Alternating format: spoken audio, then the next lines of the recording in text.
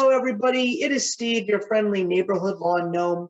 Welcome to another episode of The Old, the New, and the Awesome. Yes, you're probably asking yourself, why does the lawn gnome sound so tired and so completely out of character? Well, that's just because of the fact that I am extremely tired. And I've been dealing with way too much stuff in terms of work, in terms of baby preparation. And on top of that, I have to clean my whole damn house for Passover. So it's a triple threat, and I'm basically on the verge of collapse. But anyway, I have my co-hosts with me. Stacy, Cammie, and Gina are back. And I'm thinking that we're going to have a good show because we have a really good hot topic to talk about, as well as a shorter list of popular culture stuff to discuss. But I think it's going to be fun regardless. So it's good to see everybody. How are you all doing? Hopefully better than me today. Tired. It's spring break at the aquarium. Oh, dear God. Yeah. Oh, just keep the penguins safe. There's a bird flu going around. We don't have penguins. That's all the zoo. Oh, okay. Because at the Coney Island Aquarium in Brooklyn, New York, there are penguins. I'm just saying. We're a very tiny aquarium. Okay. But we've been seeing like almost 4,000 people a day. Well, that's good for business. Hopefully, hopefully the weather's okay. Like it's not rainy, which is getting us more people. So it's just exhausting. All right. Well, look, the most important thing is that the people that are coming are at least having a good time and looking at all the sea life. I think so. And making all the Jaws jokes they possibly can. So I actually am glad that you got the ball rolling here, Gina. But before, of course, we continue, I just want to say to everybody, I really hope you enjoy the show. Just give us a thumbs up, a comment, and there's going to be some more great episodes coming throughout the year. The only thing that I am personally curious about is, will I actually be part of one or two of these episodes in the coming months because of the new arrival in my household, but we'll cross that bridge when we get there. So let's get started with the popular culture stuff, because I want to say first and foremost to Cammie, thank you very much for the discussion topic that we're going to be talking about tonight. I think it's going to be a really great discussion because it's extremely important. So thank you very much for picking it tonight, by the way. I'm ready. Nice. Oh, dear God, she is always ready. I love it. She is always ready.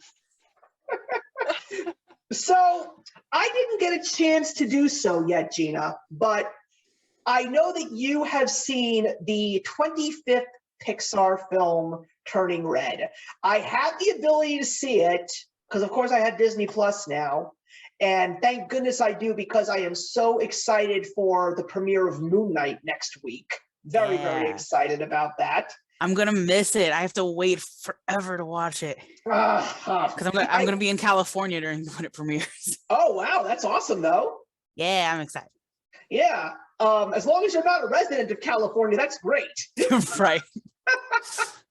But I want to wait until my wife is able to watch it with me. So it might be this weekend, it might be the next weekend, but I didn't want to prevent you from telling us about it. I mean, I'm curious about your thoughts personally, because I've been hearing a lot of mixed thoughts. Some people really, really like it. Some people think it's really, really inappropriate. I mean, I think one of the funniest things was my brother-in-law was watching it with his 6-year-old, and he said in his Facebook status, I think it was, he goes, "I'm watching the new Red Panda movie with my 6-year-old. I totally understand what's going on, and I know for a solid fact that she doesn't, but I don't feel comfortable watching this with her." So anyway, Gina, let me shut up. What did you think of Turning Red? It's really good. It's not my favorite Pixar. It probably doesn't even break top 5, but it is very good. I would watch it again, and I think it's very important to have. Like, just like with Luca, it's just a coming of age story. But I think what people are getting mad about is that it's a female coming of age story. And like all the negative comments that I keep seeing are from men. And it's like, deal with it. Like, deal with it. Well, that's the thing. That's one of the few things that most men don't seem to realize. I mean, like, technically, if you you know what kind of men probably do understand this, that are probably not complaining about it? men who are in relationships, men who are married, and me, eventually, a man that has a daughter. So I think that there are some men that do understand it to a certain degree. Before you break out on a big tangent, though, let's kind of deviate away from what everyone is concentrated on with this movie, because it's not It's literally a just scene. about that. It's a second. It's a fraction of the movie, and that's what upsets me. Like, seriously, if your man panties are gonna get twisted over that, get over yourself. It is a very minuscule underlying tone of this movie. It is about the relationships of generations between mothers and daughters, and that is a beautiful thing. Of course. And I like culture Luca, by the way. They're both really like culture filled and like family and everything. And it's the thing people are getting upset about. Like Cammie said, it takes 2 seconds. Like, it's a scene. You want to know what I really thought was really cute about the movie? I actually like the fact that it's a Disney movie that takes place in Canada. I don't even know when the last time a movie of Disney's actually took place in Canada, because I know that Brother Bear takes place in the north, but for all we know, it could be in Canada or it could be in Alaska. We don't know. So that I like the fact that they're a little bit more worldly. And I mean, like, I'm hearing what you're saying, Gina, and personally, I like to give every Pixar movie a chance. I mean, I own them all, and I do agree with you. There are some that are just not as good as others, but whenever a Pixar movie comes out, I get very excited. I just think what's really upsetting to me personally is the fact that Pixar has gotten shafted again, and this movie is not even coming out in theaters anymore. The fact that I understand why Soul didn't come out in theaters, and I wished it did, because Soul was a beautiful film. But the fact that Luca and Turning Red, and I sort of kind of feel that Lightyear is going to end up in streaming only 2. I really don't understand what's going on with Disney, but Disney, I think right now is just one hot mess no matter what we do. I also really like that this took place in 2002. It's like I was that age at that time, and so like it really fit, and like all of the dorky references. And I saw a meme, it was like, if this took place today, these girls would be the queens of Tumblr. Well, like, since it took place, pre-internet days, or like social media days at least, and it was kind of like you have this boy band and friendships. It was really cute. And by the way, people are getting upset for really stupid reasons, and people that are listening to those reviews instead of actually watching it just need to stop. Because like I had a friend like tell me, it's like, oh, I don't know if I'm going to let my son watch this, and I go, stop. Like, it is literally 30 seconds of the movie, like, and he's at the age where his classmates are probably starting their period, and it might be a good thing for him to know. And so like I basically kind of yelled at her and was like, stop listening to reviews, watch it. By the way, I also want to say to Stacy, you have totally got the right idea. I know that you said off camera that you weren't sure what you were going to be able to contribute today, but you're rocking the wine. I love it. Love the fact that you are truly in Zen mode right now, and I approve. Very much so. Stacy's providing the cat. Yes, and the cat. Cat content. No, I also... And I personally also have my wife and I, we love red pandas. We absolutely love red pandas. Every single time I go to a zoo and there's a red panda exhibit, I could watch that display for hours, because those creatures are so gosh darn cute. They really are one of the cutest animals in the entirety of the animal kingdom. So the fact that we're actually getting red pandas as a main focus, and the way to depict this girl becoming a woman, I think is really a clever idea. I really, really do. So I'm glad you liked it. We also have to look at the red panda isn't just signifying what everyone thinks it's signifying. Yeah, that's, I was just going to say that. Her time of the month. It's about not anger too. It's about all of the emotions that she's going through. I think that sometimes adults forget what it's like to be young. We obviously know what we went through in terms of the emotions and the ages and stuff, but we forget the emotional attachment of that age. And 13 is a very volatile age. You go through growing pains and puberty, you go through physical changes, you go through family changes, you go through friends, like you go through crayons, you know, and you're leaving behind your childhood, you're leaving behind a comfort zone, and you're coming of age, you're growing into new things, and you're liking boys or girls, or, you know, whatever is happening in your world. You're crazy. And that to me is also what I got out of all of her fluffing when she turns into this panda. It's like, oh my God, I've got so much going on. I need to blow up here. You know, I don't know which way is which. And adults need to remember the importance of going through those emotions and allowing your children to go through those emotions, because the more we censor children and make them think that that's shameful, or there's something wrong with it, or it's not normal, we are hurting our kids. And when you are sheltering boys from seeing this, especially because, oh my God, I don't want my son to be, you know, I had a conversation with my mom about this, because she was kind of one of those that wasn't on board with it. And I said, hold on. Let's rewind here. Let's go back to 2002. I was a little bit older, but my sister was 13. So she was exactly in this realm. You are first and foremost the mom of girls. Right now, you're busy with my nephew. So you're kind of a boy mom. So you forgot what it was like to be a girl mom. But if you think about it, if you put yourself backwards, you know, 30 years, and you allotted yourself to remember what it was like when we got the Disney movies in the mail and we were excited about it, you would have been popping the popcorn and celebrating this movie with us. So when I had that conversation with her, she kind of cooled your jets a little bit, and she was like, okay, well, I can see why you enjoyed it. And the conversation totally changed, you know? So I think it's important to open that dialogue, to hear people and to hear their objections, but then also come in with that clear mind and say, but hold on, did you see this? Did you understand this? Maybe you missed this. Maybe you didn't even allow yourself to get to that point, you know? I think that society is a little off the mark on this one, and I really wish more people would give it a chance. It's a beautiful film.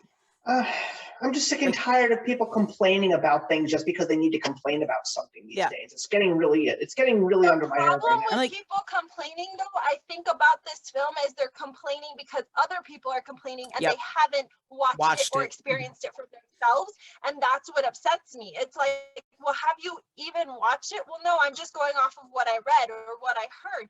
Okay, that's not the same, you know, like, no. And you can't take these little clips that people share on their social platforms, because that's not the whole story. There's so much more.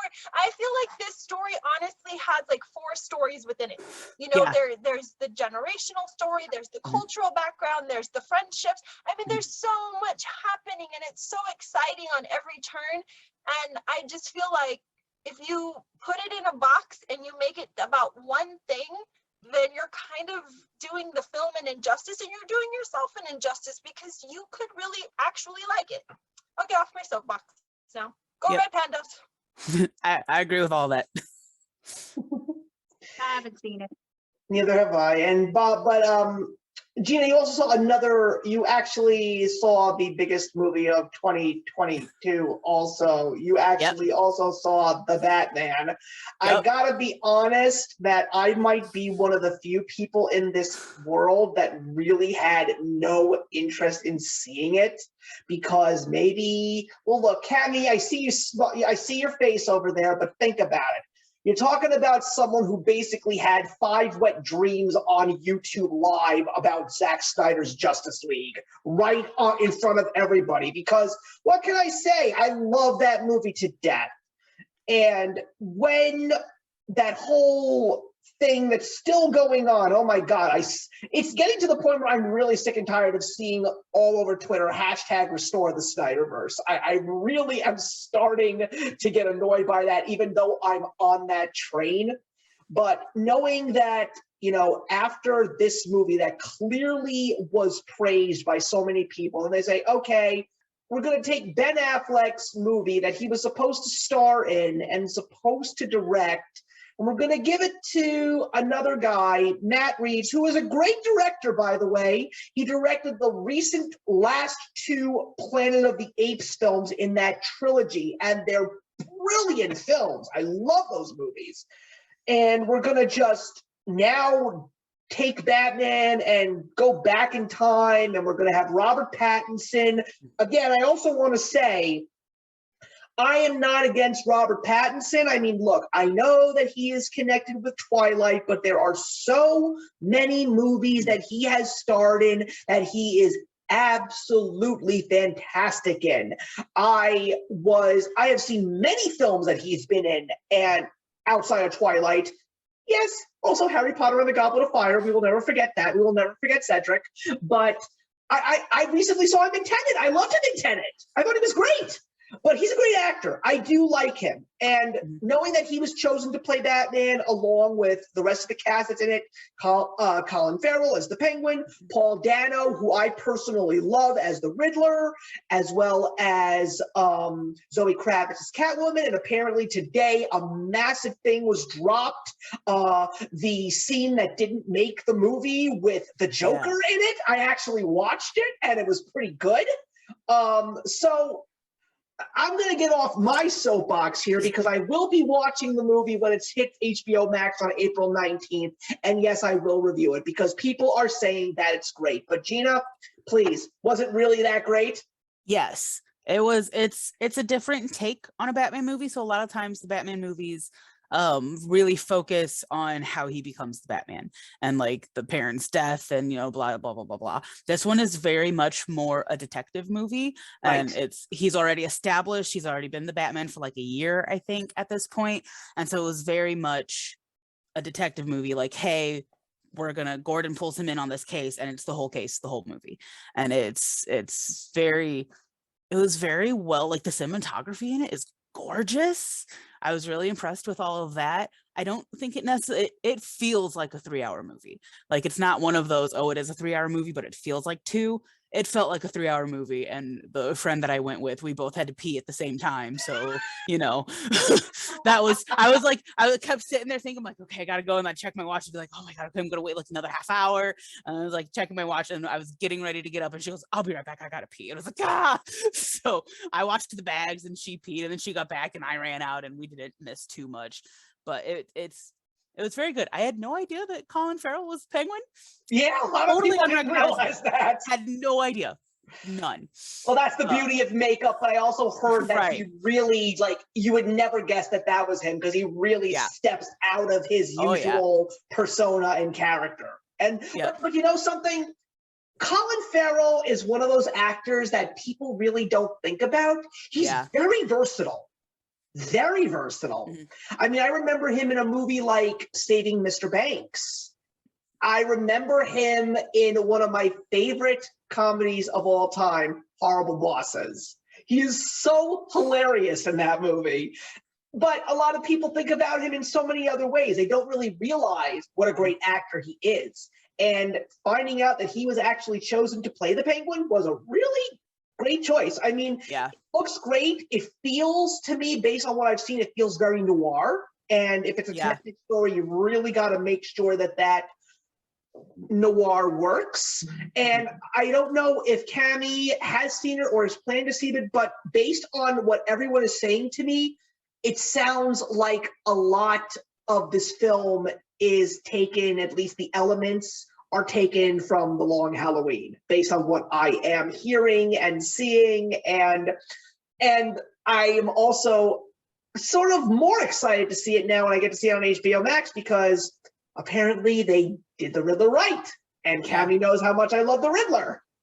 It was really well done. And Robert Pattinson did really good too. He's very, very emo, moody kind of Batman, which was interesting, but it was really well. It worked really well. Batman does give off sometimes those emo / moody vibes in some of the stories that are written by him. Apparently, Paul Dano loved playing the Riddler so much. Apparently, earlier this week, they announced that he's writing the Riddler's origin story in a 6-issue comic book in October. Nice. So I am definitely going to pick that up when it hits stores. People are already demanding a sequel for this movie, which I'm not surprised by. I mean, will Matt Reeves be connected to it? I hope so, based on what I'm hearing. Apparently, I hear that this movie could very much gross $1 billion. That would be fantastic. But at this point in time, as great as some of these movies are sounding, I'm just not going to be able to make it to theaters. The one movie that I was hoping to see in theaters before my baby arrived is Sonic the Hedgehog 2 because it looks so awesome. And unfortunately, I don't think I'm going to actually have the time to see that either. So unfortunately, I'll be missing that. So I can't help it. I have no choice. But Gina and I actually did watch a movie. We both watched The Adam Project on Netflix, directed by Sean Levy and starring Ryan Reynolds. Cammie, you saw it too? I liked it. I thought it was fun. I loved it. Have you seen? It made me cry. It was really good. Have you seen the picture that they posted of Ryan Reynolds when he was that age next to the actor that they picked to play young him?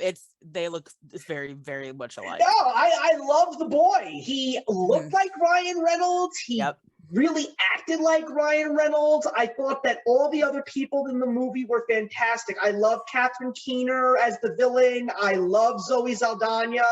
Mark Ruffalo, for the small part of the movie that he was in, was great, but the boy and Ryan Reynolds were magic together. It was, for people who love movies about time travel and movies that are, I mean, this is a movie that the entire family can watch together. It's fantastically fun.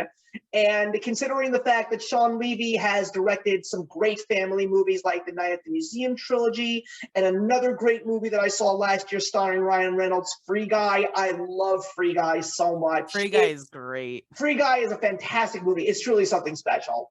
I was so glad that I decided to take some time to watch The Adam Project. I think everybody should watch it. It's one of the most feel-good movies of 2022. I'm really, really glad that I saw it. It took me a while to get through it because I started it.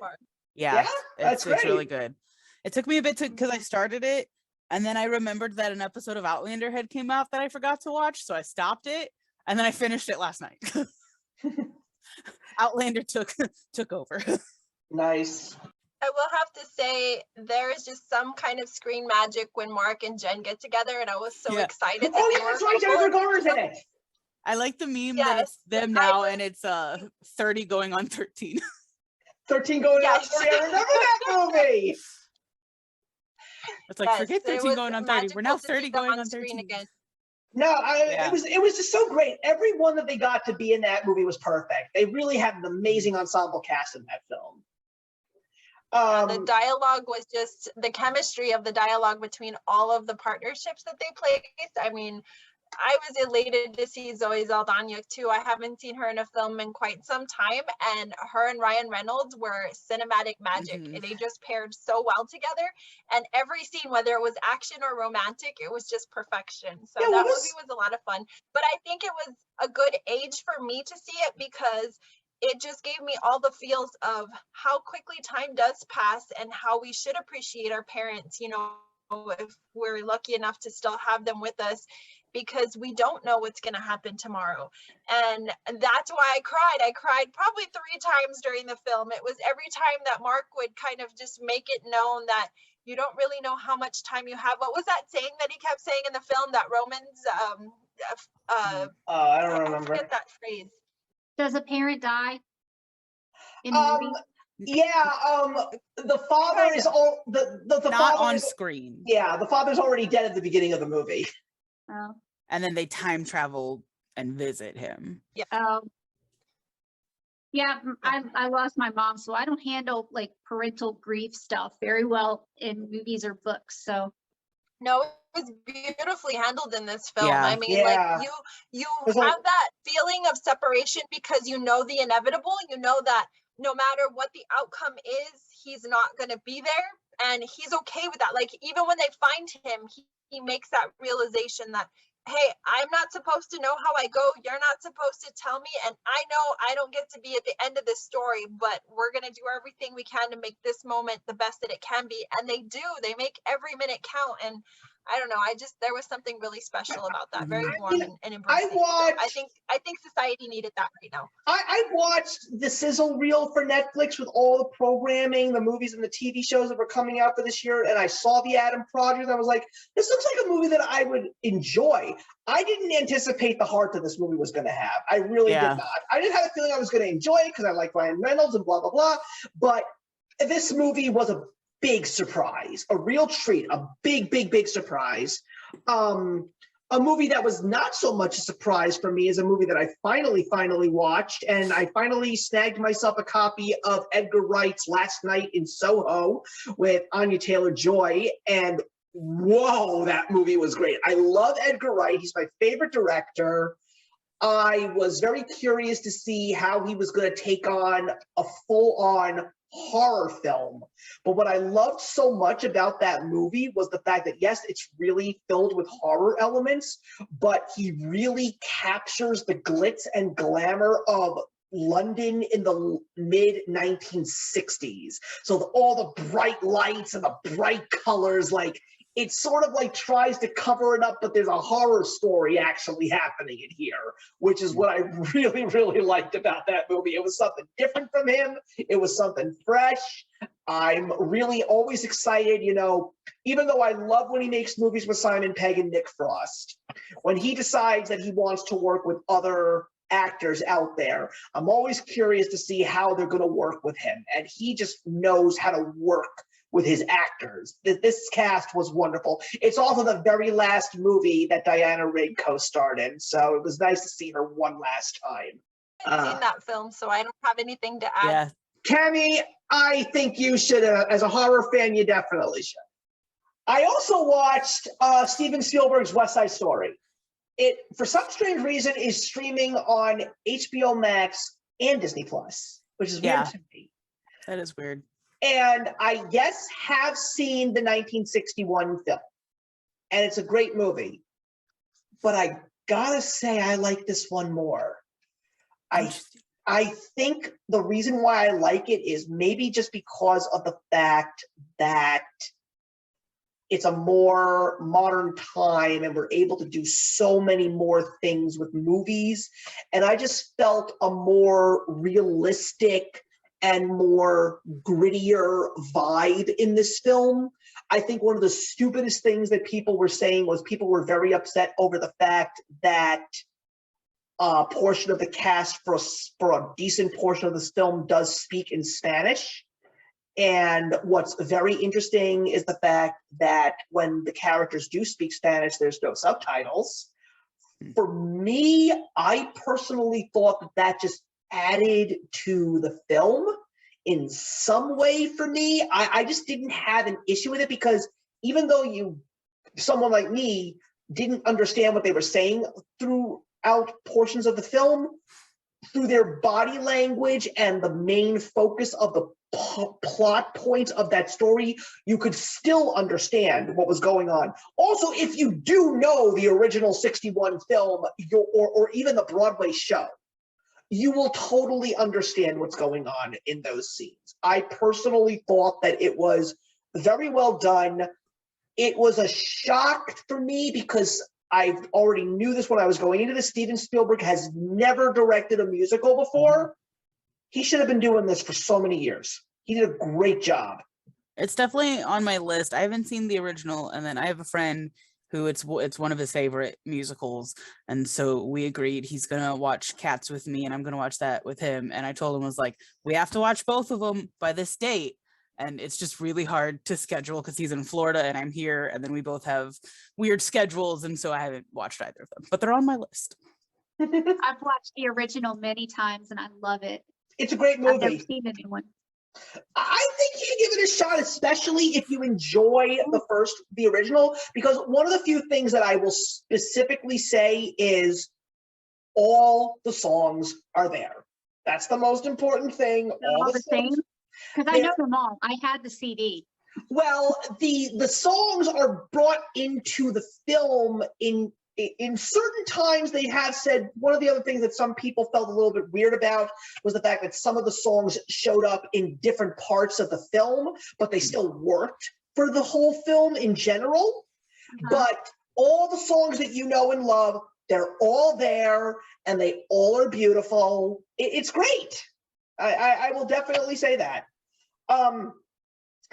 Another movie that Gina and I actually watched for the very first time, we both watched Pretty Woman. We did. And Cami, I know that you and I are going to argue about this until the cows come home, and we will have to agree to disagree with this, but I'm sorry. The bare bones of Pretty Woman is Pygmalion or My Fair Lady. It's the exact same thing. Rich man finds girl from wrong side of the tracks and brings her into high society. Everything else that's in Pretty Woman is completely for that film, but I will say, now that I finally have seen Pretty Woman, I am a better man for it because that movie is fucking adorable. And it has incredible music. Oh my gosh, I love the soundtrack to that film. I love the fact that there are some actors in that film that I didn't even know were in that film. I mean, I love the fact that Hector Elizondo is in that movie. I love him. People kept showing up, and I kept going, "Wait, what?" I don't think I fully knew what the film was about, and so like it started. I was like, "Okay," and it was. I liked it. Yeah, it's cute. I mean, look, it was pretty much the movie that made Julia Roberts a household name. I mean, I personally haven't seen this one, but Cami, if you are one of the people out there that has seen Mystic Pizza, because if you didn't, I would be really surprised if you didn't see Mystic Pizza. One of my favorite, one of my top 10 favorite movies. I knew you saw Mystic Pizza. I knew it, but no, like Pretty Woman is the reason why everyone knows who Julia Roberts is now. Plain and simple. Mm-hmm. I just love the fact that literally 1 year after she did Pretty Woman, she was in Hook, which is awesome. I love her as teen. Mm-hmm. Yeah, no, it's a really good film. I mean, yes, the underlying premise is not that beautiful, but you take a diamond in the rough and you polish it, and that's what happens. And it's a fun film, and I think given its time, the surprises that it was a Disney production, but I think that even given it the content of the film, it's PG. I mean, they kept it very clean, and it's really about her and her personal struggles of being more than. And I mean, even with her background, what she is, what her profession is, you still don't see that really bad side of it. There's that one club scene, but they keep it very clean, and she herself isn't a typical prostitute. She doesn't kiss on the mouth. She keeps things very just very matter of fact, if that's even a good way of putting it. And the dynamic of that relationship that they formulate, it's more than just a relationship, it's a friendship, and they really do pull each other out of a very dark place that they're in, and from there they formulate a relationship, a love relationship. And that, I think, is a really great premise of a relationship foundation. Yeah, I love it. And I will disagree with you till the cows come home, because it's its own film, Steve. Stop comparing oranges to apples, but whatever. I'm just being honest with you, and I'm not saying that to drag the movie down, because I love both of these. I love My Fair Lady, and I really do love Pretty Woman. I do. I think it's a wonderfully charming movie. I mean, I love the fact that Jason Alexander is in that movie as the villain. I think he's hilarious in that movie. There are so many other. I mean, Amy Yazbek is in that movie as well. I like her too. It's just a really cute, charming movie. That's what Pretty Woman is. I really like, one of my favorite parts was after he went with her to the stores and was like, yeah, no, give her whatever. She goes back into the store that wouldn't sell her with all her stuff. She's like, suck it.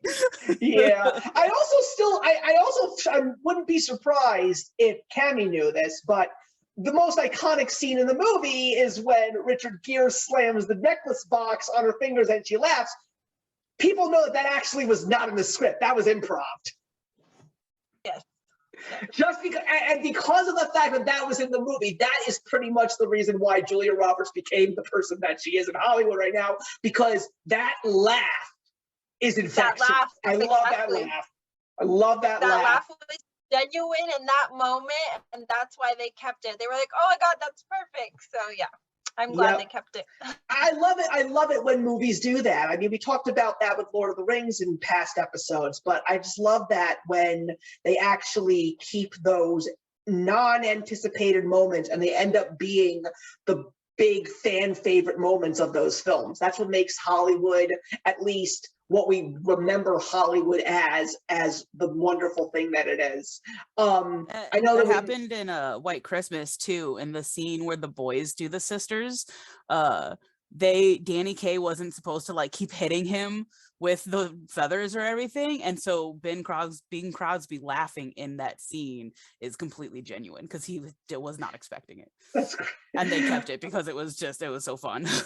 And I also wanted to celebrate the 15th anniversary of one of the greatest comic book films of all time. And since we already mentioned Zack Snyder, I watched 300 again for the first time in a long time. I love 300. That is the movie that introduced me to Zack Snyder. That is the movie that introduced me to Gerard Butler. Apparently, that was the movie that also introduced me to Lena Headey from Game of Thrones and Michael Fassbender. I did not realize that Michael Fassbender is in that movie. It's excellent.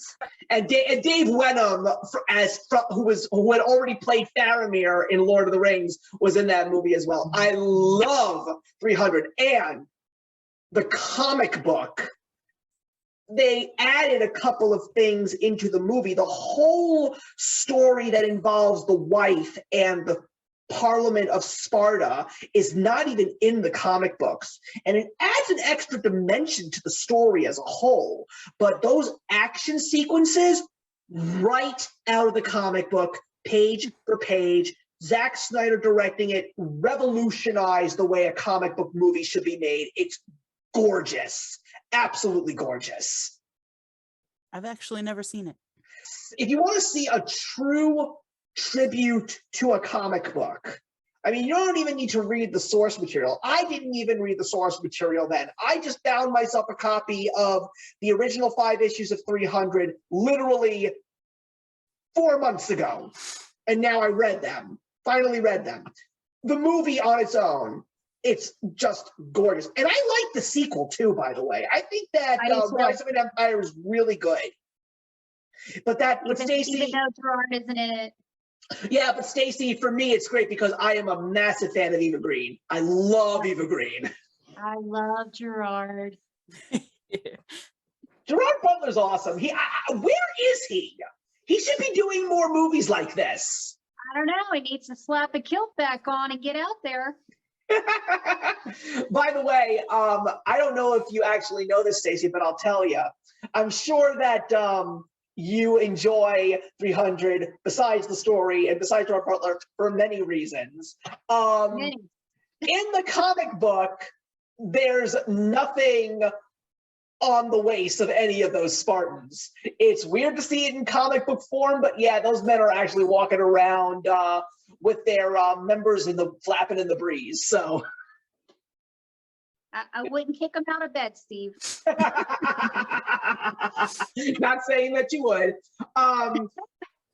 Cammy, is something that actually happened last week that I don't know if you saw yet, but I need to either get my ass over to Andy's house because he has every current console, or I need to take my rainy day fund, which is my jar full of loose change, and buy myself a Nintendo Switch, because I saw the trailer for the Teenage Mutant Ninja Turtles Cowabunga collection. It's gonna be fucking epic. Sorry, but I'm so excited about it. Did you get a Switch? Over the moon. No, you don't need a Switch. It's available on Xbox. It's available on PS4. Mhm. So I mean, if you don't have a Switch, you don't need it. But oh my gosh, I cannot wait. Like, this is exactly what a vintage gamer wants when they collect them all. I remember when they did this with Sonic the Hedgehog, and I didn't move an entire weekend away from my TV because I was just there playing and collecting those rings. So this is like high on my charts, but it doesn't come out till December. I know, and the So, funniest thing is not even that brand new Ninja Turtles game is even out yet. Like, everybody's saying, where the hell is Shredder's Revenge already, you know? But I mean, like, this is like, if you were a kid growing up in the 90s, this is what you've been waiting for. This is all 3 Game Boy games, the Ninja Turtles arcade game, the Nintendo version of the Turtles arcade game, the original Ninja Turtles 3: The Manhattan Project, the Super Nintendo version of Turtles in Time, the arcade version of Turtles in Time, and all 3 versions of TMNT Tournament Fighters. And yes, I did own the Sega Genesis version and the Hyperstone Heist. Almost forgot about the Hyperstone Heist. So it's all the classic console and arcade games from the Ninja Turtles. It's like, who the hell wouldn't be excited for that game? Just the arcade games alone are so worth it. I remember just spending hours. Anytime I would see that game, it's like, Mom, I need some quarters. Come on. And I would just sit there until I couldn't play anymore. So I'm half tempted to buy a Ninja Turtles arcade game. They're not that expensive, but my whole thing is, where the hell am I going to put it? That's always the issue. Yeah, I mean, I love the fact that, you know, people watch the trailer and I love the fact that, like, everyone who played those games, like, first you saw Turtles in Time, and then later on you saw Turtles in Time, and, like, nobody actually said, wait, why did Turtles in Time show up twice? I go, no, we know why it showed up twice. Because the Super Nintendo version of Turtles in Time is so much different from the arcade game, Turtles in Time. And personally, when it comes to those kinds of games, especially with the Ninja Turtles, give me as many levels as you possibly can. I mean, I did spend a lot of quarters or game tokens on those arcade games, but I gotta be honest, my favorite TMNT game has always been the Manhattan Project. I love that game. It was like it was one of the last great games to ever come out for Nintendo. And I think GameStop is re-releasing that one by itself too before the Turtle collection comes out. So I mean, I think the what would be really cool is, like, if they took the Manhattan Project and they turned it into, like, what the arcade games look like. You know, make the graphics a little bit more cooler and just, like, you know, blow it up in a certain way. Like, I just thought that would be really cool to see. But yeah, I'm still missing 2 8-bit turtles in my Funko Pop collection. That doesn't set well with me. I didn't even know you were collecting those. I'll pray for you, Tammy. Steve, why would that even be a question? Like, really? Because I know. You see, I wouldn't guess. I would guess the others, but not that one. Okay, well, first of all, I'm a huge Ninja Turtle fan. Ninja Turtles is like my segue to nerddom. Secondly, that was like my segue to vintage gaming. I spent hours playing with the Turtles in arcade mode. So 8-bit Turtles just make sense, Steve. Okay. Like, Okay. come on. Put on your hat. I gotcha. So yeah, so that's pretty much all the big screen stuff that I've been dealing with. Gina and I also did check out a couple of things on the small screen. We did, in fact, of course, watch the 4th season of The Marvelous Mrs. Maisel. I still need to watch the last 2 episodes. I didn't think it was as strong as the last season, but it was still very entertaining. I think that could partially just because of all the COVID restrictions and everything. Yeah, that's why. It's like, if this is a very short season. Yeah, it's just like, that's exactly the way that everybody is already anticipating the 4th season of Stranger Things. Like, everybody's saying it's like, it's going to show up and everybody's going to watch it. And everybody's going to say, well, that was not worth waiting 2 years for. Right. I don't know. I mean, it was great to see these characters back. I mean, Mhm. personally, my favorite part of season 4 was the whole thing with Rose going to war with the NYC matchmakers. I kind of thought Yeah. that was really funny. And I know I talked about this show a couple of last year, actually, but I didn't even know that The Food That Built America was going to have a 3rd season. So I've been watching it, and I think that it's better than the 2nd season. I mean, there's been an episode about Subway. There's been an episode about Carvel. There's been an episode about Dunkin' Donuts. Like, I love this show, not just because of the fact that I love all these iconic food products, but the history about all of these products just blows my mind. Like, I will drink Dunkin' Donuts coffee whenever, however. I mean, that's the only K-cup that I buy for my Keurig. But I did not know the origins of that store. I mean, Dunkin' Donuts started out as one store in the late 1940s, and it was these 2 guys that had a vendor truck company, and they sold various things in their food trucks. And 40% of their sales was their coffee and their donuts. And one of them just says, you know what? We're going to give up the food trucks. We're going to open a store, and we're just going to sell coffee and donuts. And his partner says to him, you are out of your mind. And that guy ended up breaking the partnership. And the guy who just had this vision, he and his son basically turned this into one of the most iconic food chains on the globe. And it's impressive to me. It's so interesting to me. So I my like husband Dunkin' and I watched better an this. episode of the Caravel and versus Dairy Queen, and Yeah. the very next day was free cone day at DQ, and so we had just had like this whole thing where we had to go find a battery for our lawnmower, and we were out and we grabbed quick bite to eat, and so my husband was exhausted. He just wanted to go home, and then we saw a huge line at DQ. Oh yeah, it's free cone day at DQ. But my husband keeps driving, and I know in my mind there's another DQ down the road. And I was like, I want a free cone. And he's like, I'm not gonna stand, or I'm not gonna drive and be in that line for a damn free cone. Like, we can get it tomorrow. I said, it's not the same, because we saw the episode yesterday and we know DQ has the best soft serve in America. So how can we not have a soft serve cone today? Did I get my cone? Absolutely. We stood in that line for 1 hour, and I am damn proud of it. And that cone was delicious. I have a fact to actually share. So I never had DQ until 4 years ago. Wow. Now, maybe Wow. that's just because of the fact that where I grew up, you really didn't have one. There were plenty of Carvels, and there were plenty of Baskin Robbins.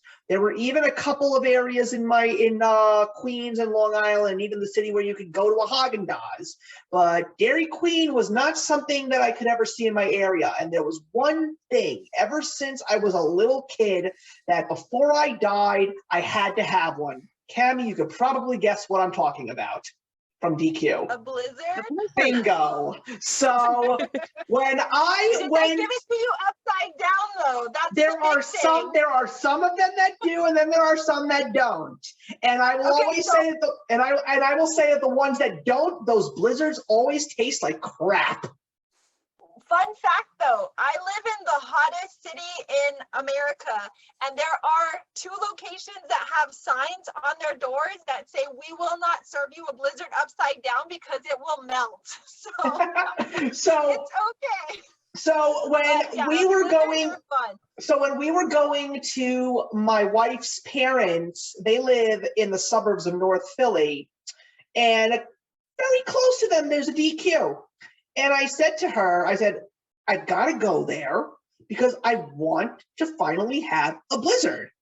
And she's like, okay, I'll take you there. I'll get you a Blizzard. Why does she not want a Blizzard?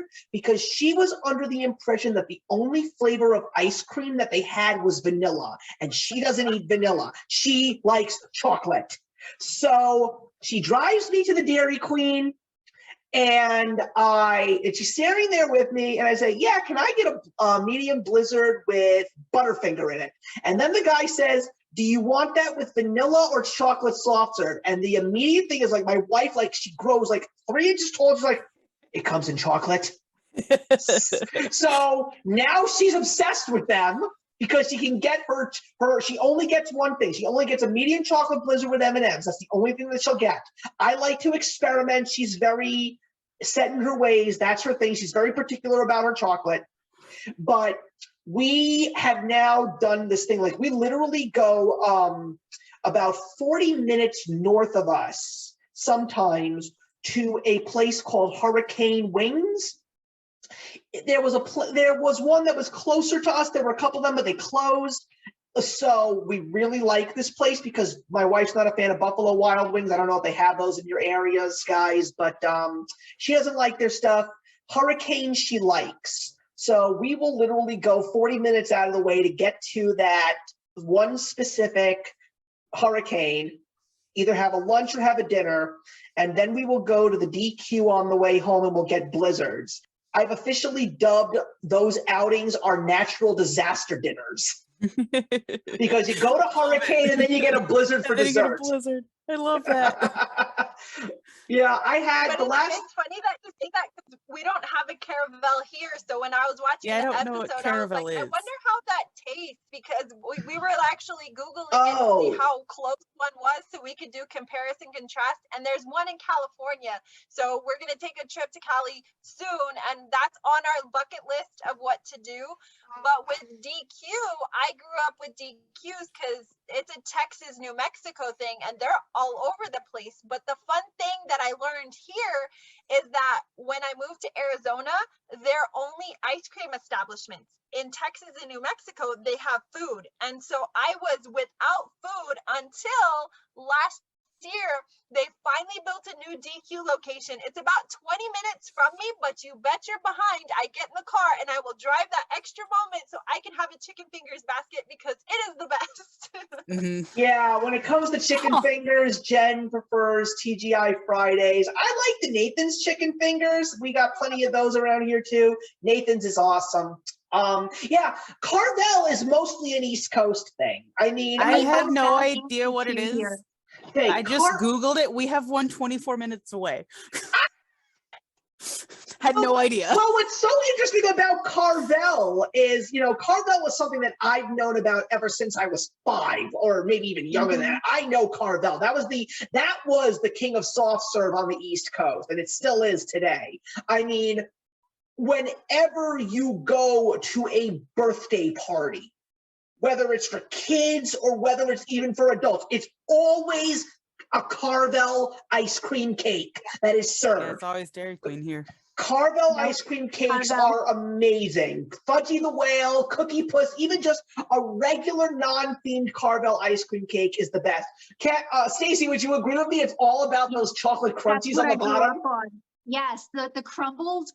Yeah, I could just eat those by the bowlful. I don't even need the rest of the ice cream. Dairy Queen has those too. That used to be the birthday cake that I would request every year because of the chocolate and the caramel crunchies. Yeah, and one of the few things that really made me sad is the location where the first Carvel is. Cammie, you ready for this? That's in the neighborhood where my comic book store is. I know where that location is. Oh, nice. It's Southwest Chester. That's where Hartsdale, New York is. Unfortunately, that location was shut down. Oh. Yeah, it's really sad. When you watch these really great historical shows about, the making of America and only to find out at the end that it's closed, you're like, dang it, I wanted to go visit. I heard that the original Dunkin' Donuts is still where it originally was in Quincy, Massachusetts. I would love to, because what I love so much about that is the original logo of Dunkin' Donuts. Apparently that's the only Dunkin' Donuts in the country that still has the original Dunkin' Donuts logo on it. I love that. That's fun. Yeah. I love that. Yeah, but I'm really excited to see how the rest of the food, and I'm glad you're watching it too, Cammy. I'm really glad there's another person out there that's watching it. You know why I'm watching it? It's all your fault. Well, like most things that I watch are your fault or read, but you got me started on the History Channel with the things that built whatever, and it started with your sandwich delicatessens, and then now I'm getting my husband into it, and so as soon as we see a new, episode or series that starts, he's like, hey, let's watch this, and I'm like, I bet you Steve is watching it too, so we'll have someone to talk to. Oh yeah, I'm So, yeah, we're DVRing big them. foodies in the house now. Thank you. No, I mean, like, Jen was the one that wanted to DVR, but the funny thing is she's always so wrapped up in her schoolwork for her planning and her lessons and whatnot, so she's never watching it. I'm the one that's always watching them now. And I'm excited for the new episode on Sunday because it's Wonder Bread versus Pembridge Farm. I love that. And the episode that's after that is Famous Amos versus Mrs. Fields Cookies. I love that too. Ooh, that's fun. Yeah. Bringing this up reminded me of the very one thing that I watched this month. Oh, yeah? I forgot I actually did watch one thing, and that is the Movies That Made Us on Netflix. Oh, I love that show. I've only seen the Halloween episode and Ghostbusters. That's it this month. But they were excellent. Honestly, I'm not a huge fan of that series. I think you can kind of just read all the episodes and kind of pick and choose your favorites because although I understand why some of the movies make the list, some of those movies aren't my favorites. So to go through the history of it, I don't really care. But the food, I watch give me all all of the them food in the world. Yeah. That's why I started with Halloween and Ghostbusters, but I don't care about all of them. Yeah, But I the mean, I two know. watched were good. I mean, I know that there's a couple of horror movie episodes. I know there's a Nightmare on Elm Street one. There is a Friday the 13th one. There is a Pretty Woman one. There is. So, I didn't know that. Yeah. And there's Die Hard. I want to watch that one. Yeah, there's Die Hard. There's Home Alone. There's Back to the Okay. Future. I've watched them all. And Stacey, Okay. if you liked those, then you've got to watch The Toys That Made Us. Actually, I saw that not too long ago. That was really good.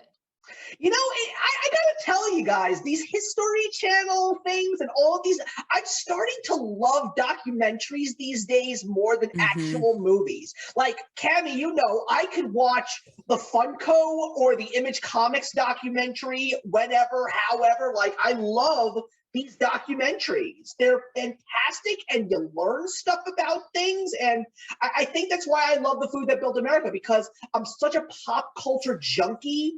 And these food establishments are popular culture in a handbasket.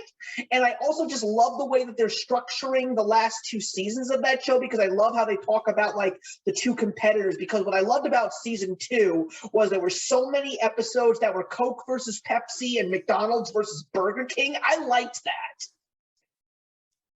I'll have to check Yeah, those and out. it really helps with my life motto. I'm an endless source of useless information. So the more random facts that I have in my brain, the better. So if there's ever a dead moment of silence, I might be at a dinner party or something. I'll be like, hey, did you know? I'll just spit out some random food fact. Jen hasn't watched all of season 2 yet, but the one episode that she still hasn't watched is The Chocolate Rush. And that's an episode that I'm really excited for her to see, because that is Hershey versus the Curtis Candy Company, which would eventually be bought out by Nestle. The Curtis Company is the reason why we have Baby Ruth and Butterfinger. And the funny part is, apparently there's a third competitor right in Hershey's backyard, and that is Mr. Reese, who invents the greatest chocolate candy on the face of the frickin' planet. And Jen likes that show because she loves Adam Richman.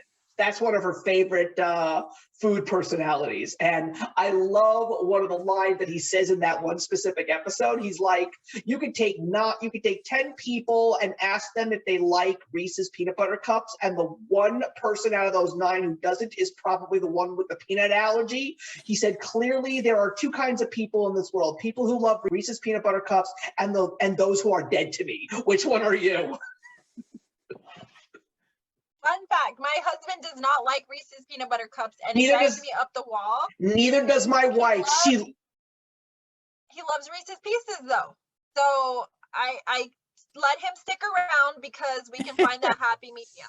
My wife is a certified chocoholic, but all she eats are Hershey, plain Hershey, Kit Kats, M&Ms, and Hershey Kisses. That's the only chocolates that she eats. She will not eat anything else.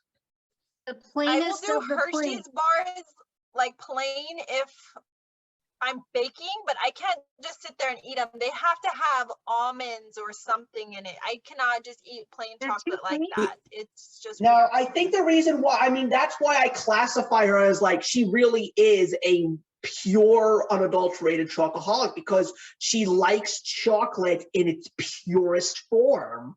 That's the way I look at her. But I always say to her, I'm sorry.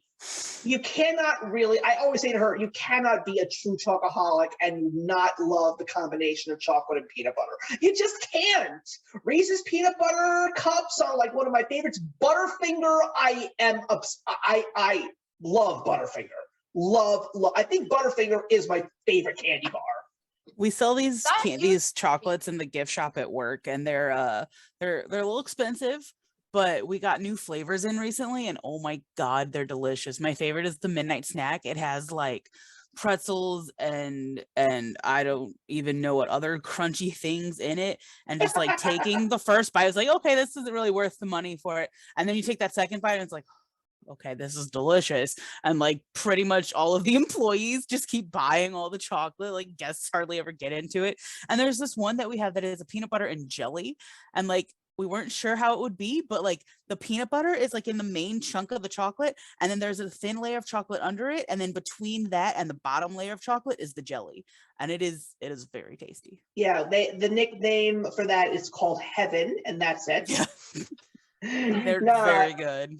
Now, I love peanut butter and chocolate. I mean, like nowadays, it's like, especially when I go to an ice cream shop, like one of the few things that I'm very happy about is very, very close to our house, there is a Carvel, but I've only been there once. I really should go there more often, but I just don't feel like going because Jen doesn't like Carvel.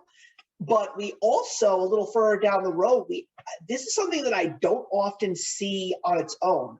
There is actually a brick and mortar Ben and Jerry's near our house. Ooh. So yeah, but I will say that when it comes to ice cream, in Westchester, there is an independent store called the Village Creamery, and it's labeled as like the best ice cream in Westchester, and that's no lie. There are some delicious ice creams in there. They're homemade. And I love the fact that the people that mind the store are neighborhood kids from the community. That's like one of those perfect community things you want. And during the summer, there is like a line, like everybody wants to go there. And there are so many great flavors. I think one of the flavors that they have is apple pie. So it's delicious. It's vanilla ice cream, and there are big chunks of pie crust and apple. And of course, when I got it, I just said to them, "Do you have caramel sauce?" And they said, "Yes, we do." I said, "Yes, please put some caramel sauce on that because that's the only way to eat an apple pie." And oh yeah, delicious. One of my friends tweeted the other day, it was like, I'm trying something new to me, apple pie and peanut butter. And I was like, okay, I'm interested. And he replied to that. He's like, you got to do it. And so we have this little like cafe shop kind of restaurant. And mom just so happened to text me like 20 minutes after I had that talk with him on Twitter. And she's like, hey, I'm going here. Do you want anything? I was like, oh, yes, get me a piece of apple pie because they have homemade pies. And I tried it with like, instead of like whipped cream or whatever, like with peanut butter. And oh my God. Yeah, I it just is had delicious. I'm a basic peanut butter and jelly sandwich guy too, and one of the few things that is like one of my new obsessions is blueberry preserves. I love them. And I just said to myself, you know something, I always put strawberry on my peanut butter and jelly sandwich. Let me try peanut butter with blueberry preserves. Whoa, that is a flavor experience. I'm still like 8 when I have peanut butter and jelly, so I go to grape jelly. Yep. I never had grape jelly. My mom always bought strawberry. I like strawberry. Yeah, my mom never liked strawberry. I like grape, and I also like raspberry. raspberry. It was because I said I loved grape so much. Maybe that's why it never happened, but I guess because that's all we ever had. If I would have had anything else, I thought maybe I broke out in hives or something. So as an adult, when I could make good choices at the grocery store, I still bought grape jelly. I've had raspberry jelly too. The problem with the raspberry is the seeds. You get so Yeah. many seeds in your teeth. I don't know why they can't come up with seedless raspberry.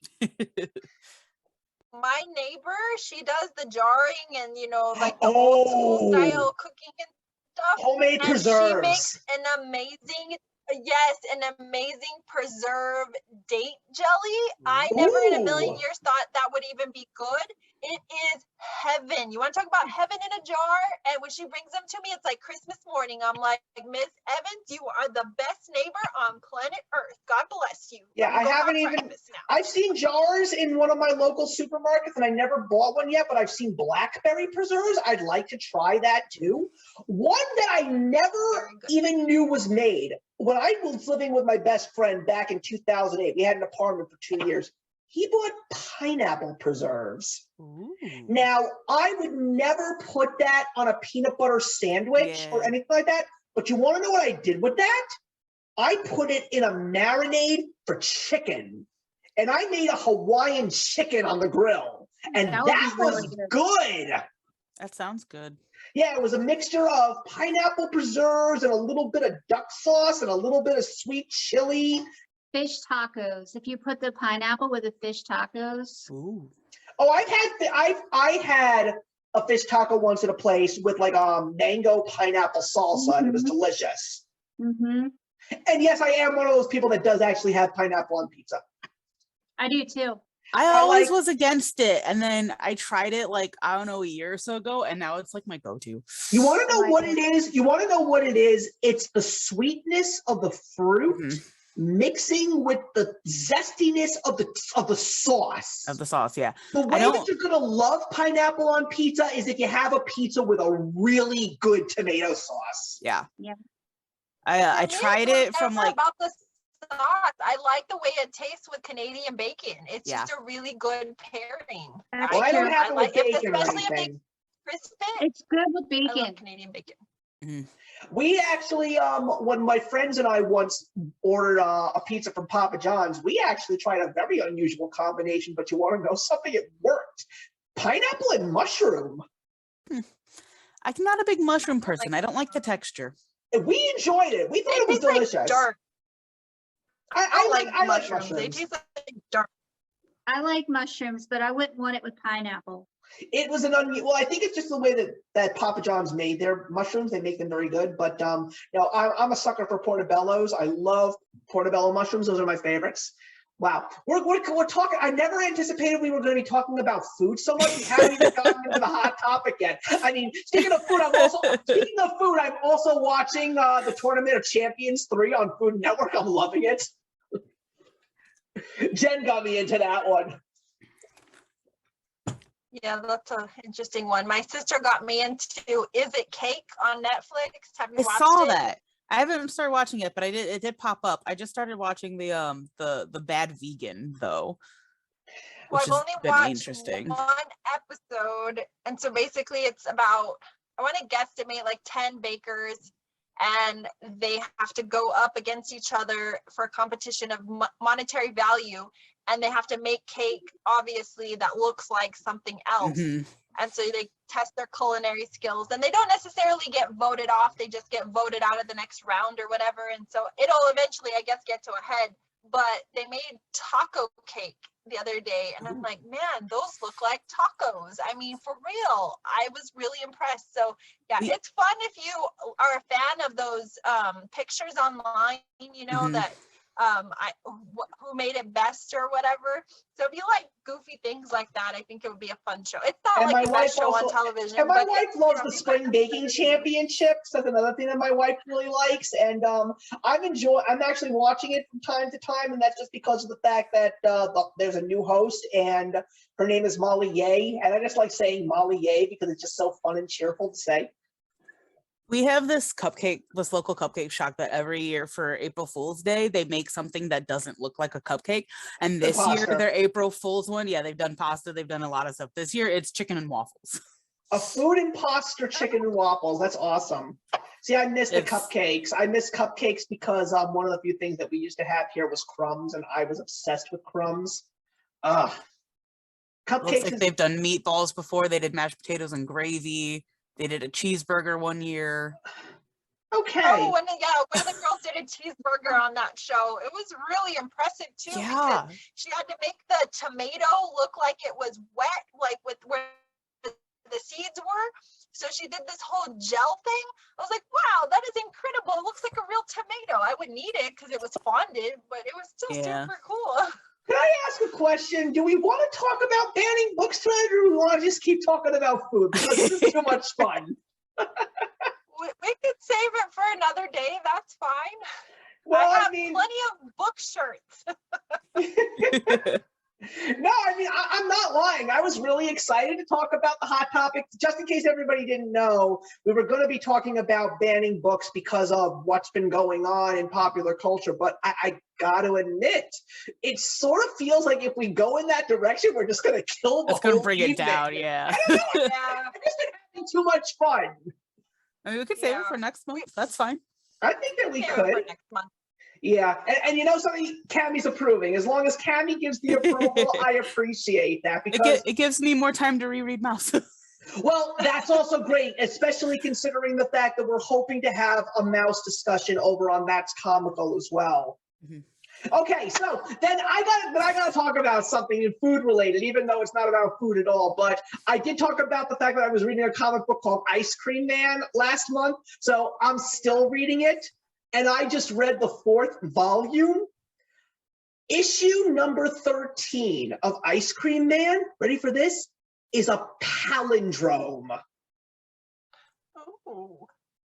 The book is the exact same thing backwards and forwards, and it even says in the beginning, you can read it from the last page to the first page, just read That's the cool. panels from right to left, or you can read it from the beginning and go in traditionally. Go, the choice is up to you. I read that, it was the first issue in the compilation of the volume, and I told this to Andy. I literally just closed the book, I threw it in my desk, and I said, what the hell is life? Who the hell writes comic books like this? That's cool. This is fucking brilliant. Well, I guess since we're gonna stay on the topic of food, then I have Yeah. another fun food thing to share because Oh yeah? my husband and I have been together for 6 years now, and when we first got together, he told me in a conversation that he did not like buffets. I love buffets. I like having selection. I like having different choices, especially on those days that you don't know what you want. You know, even You want if a you little go bit of to everything. a very Variety specific- people. People who like variety love buffets. Exactly. So the other night, well, this is probably like 3 weeks ago, we're driving around and we're looking for somewhere to eat, don't know, and he keeps pointing to this buffet. He's like, well, there's Lynn's, and I'm like, it's a buffet. He's like, I know. And I'm like, why are you giving, let me preface by saying we play a game too. If I have no idea what I want, I say, give me 3 choices. And then out of those 3 choices, I will pick a restaurant. And I'm like, oh, okay, yeah, that one sounds good. So this is his first selection. I don't know if it's because we're literally at a red light and it's right there next to us, or he's just out of options. So he throws this in the air, but it throws me for a tizzy. And I'm like, you know what? I've got a bone to pick with you. This is not the first time you've mentioned this restaurant, and it is a buffet. You don't like buffets. He's like, hold your horses there, young lady. I never said I didn't like buffets. So we go back to the dating era, and I said, yes, remember when I wanted to go to a buffet? He goes, oh, contraire, I took you to a buffet.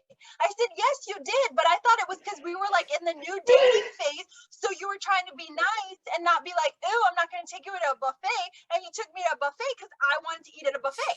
He's like, I took you there twice, and I'm like, yeah, but again, it was like in the first month, so you're still trying to earn some brownie points. He's like, why would I take you somewhere that I don't want to eat?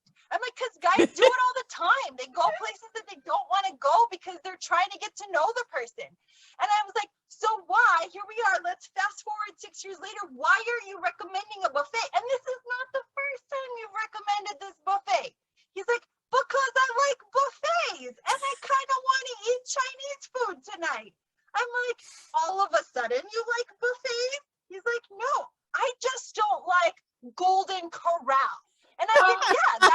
there you conversation go. started. You don't like the I said, no, but you specifically said, I don't like the golden trough. And I'm thinking all buffets are like a trough to you, so you don't like buffets. He's like, no, I just don't like Golden Corral. Now can we go have some No Chinese human food?" being with a serious appetite for food and a truly foodie palate should have anything to do with Golden Corral. That's funny. Well, apparently he just doesn't like the selections, but we went and had a wonderful buffet that night, and now we get to make it part of our routine because lo and behold, he likes buffets, people. He No, likes the buffets. Golden Corral is only going to answer the question, how badly do you want to spend time with the toilet the next day? That's Golden Corral. The rolls were You know good. what scares me about Golden Corral is there's always a fight that breaks out at Golden Corral, Yeah. and it's always over steak and lobster. So I don't even want a part of it. Well, if I as want some- steak and lobster, I'm gonna go somewhere else. As someone who has never eaten lobster, that'll never bother me. But steak is something that I, am very, very particular about. You got to give me a very, very good steak. And maybe that's just because of the fact that I have a grandfather who was a butcher. So steak is something that's very dear to me. Now, buffets, I never really had the buffet experience, and that's just because of the fact that when I was younger, I grew up in a religious Jewish home, so kosher was a big thing, and Jewish eating really does not involve buffets unless you are invited to either a wedding or a bar mitzvah. That's the only time you're going to get like a large selection of food at the smorgasbord. That's basically it. But I got spoiled because the first true buffet experience I had was in Vegas. And I will say that the Rio Hotel buffet is amazing, but I will also say that it's not perfect. Because I swear, you could start at the Rio buffet, and by the time you get to the desserts, you feel like you're back in New York City. That's how big that buffet is. But they had like every food under the sun, but they fucking did not have banana cream pie. I felt gypped tremendously. I'm like, you have every goddamn food under the sun, but you can't give me a slice of banana cream pie? Come on! Because I don't have That's much banana cream pie in my life. I want more banana cream pie in my life. If I go to a buffet and it comes down to whether or not I return to that buffet, it is all about the desserts. Because if you do not give me something that I'm going to talk about all night, or that's going to send me out like holding my stomach like, oh God, I ate too much, then that's it. Our relationship is over. Yeah, that's the problem with me these days. This is how I'm feeling my age, because I feel like that every single time I go to Chipotle, to the point where I can't eat it anymore. Like, I swear to God, I eat a burrito and I feel like there's like 5 pounds of bricks sitting in my stomach the next day. I can't deal with it anymore. I see, that's the problem. I hate the fact that I'm 40 now, because all of those great foods that look, when I was 12, or even younger than that, my friend Daniel, who Cammie has actually met before, gave me a nickname at day camp. I was the bottomless pit, because I could eat everything. And when it was barbecue day, forget it. I sucked that grill dry. I would have like 3 hot dogs and 4 hamburgers and like bug juice aplenty, to the point sometimes where I actually would throw up that night. But I was just like, I couldn't stop eating. I would just eat all this food. And nowadays I am like, I look at myself on the scale and I'm just like, even if I eat oatmeal for breakfast and a salad and eat like a sensible dinner, I'm still going to gain 6 pounds the next morning. And I'm not going to be happy with myself. I hate getting old in certain ways. I mean, the only thing that I am really upset about is that when the pandemic started, I actually lost weight. And my weight just started going up and up and up the minute the flood happened in my basement. Because I know for a solid fact that my eating habits have really not gone like in horrible directions. I mean, there are some nights where I will just be extremely hungry and I'll pig out, but I'm trying to be as sensible as possible. And now I have like a little gym at home and I really am exercising, but no, unfortunately, I'm constantly seeing myself gaining weight, and I don't even know how the hell that's happening. I'm just saying to myself, you know what it is? It's you're getting old and you're stressed, and everything that you thought that you can eat where you wouldn't even gain now is just not working anymore. So what I'm praying for is that when this little baby arrives and this little baby goes mobile, I'm hoping that I'll be running around chasing and losing weight while I'm looking for her. So. Well, your body changes with age, though, and I think that's something that we don't talk about in society because we are such a society that's driven on image that we don't talk about the chemical changes in our body with age. So like with women, we have 10-year marks. Every 10 years, once we reach the age of 20, every 10 years, our weight will change and we will be in a new weight zone. And that's normal for us. And then if you add in other factors like children or, God forbid you should have any kind of health ailments or anything like that. Or of course, if you're changing your diet, like for me, my big slap in the face was the business that I run. I deal with, 1,200 to 1,500 pound animals every day. I'm using muscles that I didn't even know I had. And so underneath what I'm thinking is I'm getting fat, I'm gaining muscle. And so I'm going up pant sizes and I'm like, okay, something's going on with me. And my doctor was like, no, you are perfectly healthy. You're not overweight. He goes, but you're aging. This is the right weight for your age. And you don't give yourself credit for what you do every day. You're lifting 40, 50 pound buckets. You're lifting 100-pound bales of hay. You're, moving horses all the time.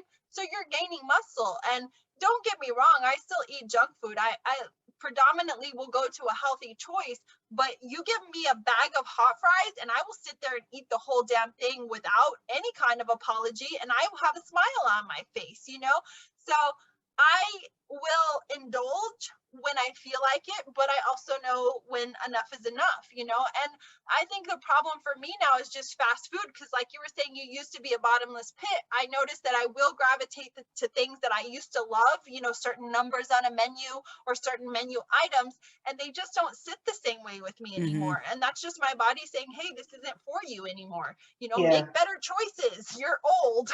Well, one of the other things that's really not helping me is because of the fact that because I'm still not going to the office every day, I literally have just been living in sweats. And quite frankly, I'm not complaining about that. I'm loving the fact that I am living in my most comfortable state, but I'm just like saying to myself, if I have to go to a fancy get together and I have to wear a suit, none of my suits fit me right now because I haven't had to wear these things in 3 years. And I'm just like, I don't know what to do. I'm trying, but that's another thing. Like, I don't really eat that much fast food either. I mean, like, there was one time I think my old boss said to me, "Let's go get a quick lunch at Taco Bell." That was a mistake. That is a fucking opium den. So it was like, I'm so glad that I don't eat that anymore, because I swear to God, if I have another Crunchwrap Supreme, I am going to die, because I'll never stop eating those damn things. Taco Bell. I like Taco Bell, but I do know it's inherently very bad for you, because anytime I go to Taco Bell, my stomach will tell me that. But I'm very lucky that here in Arizona, we have a Del Taco, which we didn't have in Texas and New Mexico. And I love that 10 times more because they give you fries with tacos. Like, what kind of awesome combination is that? Well, my wife's favorite food is Tex-Mex, and she loves Moe's Southwestern Grill. I don't know how many of those are around in this world right now, but there are a few in New York and New Jersey, and she loves it. Come this way. I do enjoy it as well. I think that they have a great variety, and you can, and the funny thing is, like, when I was getting burritos, doing the whole, I still remember when I went to Chipotle for the first time, and you get like that massive pile of rice and beans. Well, you want to know what I've been doing when I go to these kinds of places? I get burritos without rice or beans. I just get meat and veggies, and because I'm just basically saying to myself, I don't need the rice and the beans. I mean, yes, the beans are healthy. The beans are extra protein, but it's also a filler. So I'm just like saying to myself, if I eliminate the rice and I eliminate the beans, then I don't feel so guilty about eating that side of chips that they give you. So I'm just like eating a little bit, and I will say that they make those stacks, which are basically their versions of Crunchwrap Supremes. They're much better. They're much better than Taco Bell's. I mean, my wife once said to me, she says, I swear to God that there is cocaine in Taco Bell meat. They're not telling you, but I'm pretty sure that it's in there. I really I've gotten into Taco Bell's chicken, like the bowl lately, like just the power up bowl. Those are really good. I have to put extra cheese on it because they don't put enough cheese on it. But other than that, it's pretty tasty. Yeah, and in my wife's world, no one puts enough cheese on anything. Yeah. Yeah, my husband's always concerned when I make anything with cheese because I get out the whole 1 pound brick and I will shred the whole thing.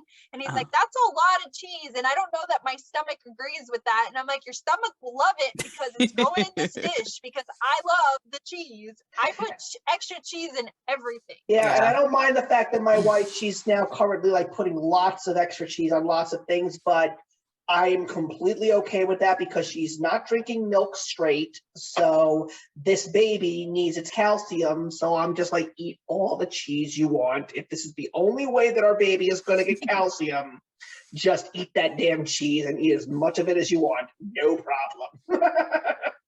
All right. I think that might actually be where we're going to call it quits for tonight because I definitely think I'm on the verge of collapse and I definitely am going to pass out right now if I'm not too careful. But listen, Cammie, I'm sorry we couldn't get to the banned books topic, but we're going to do it. I got to be honest with you, I have no idea, guys, what our next episode is going to be just because of the fact that April is going to be an extremely crazy month for me personally. So I'm not saying that this is what's going to happen, but I'm going to basically say, ladies, if you want to do this, if you want to take the reins and do the next episode without me, you are welcome to do so. Just send me the video and I'll edit it and I'll put it on the channel. But I got to be honest, because between my holiday coming up and the possibility that my baby is going to be arriving, it's going to be tough to call, but we'll figure it out, I guess. All right. Well, I'm hoping that everybody had a good time tonight because this was definitely more fun than I anticipated. Yeah. I'm going to have a really good time editing this because I'm just going to enjoy this conversation. I really am.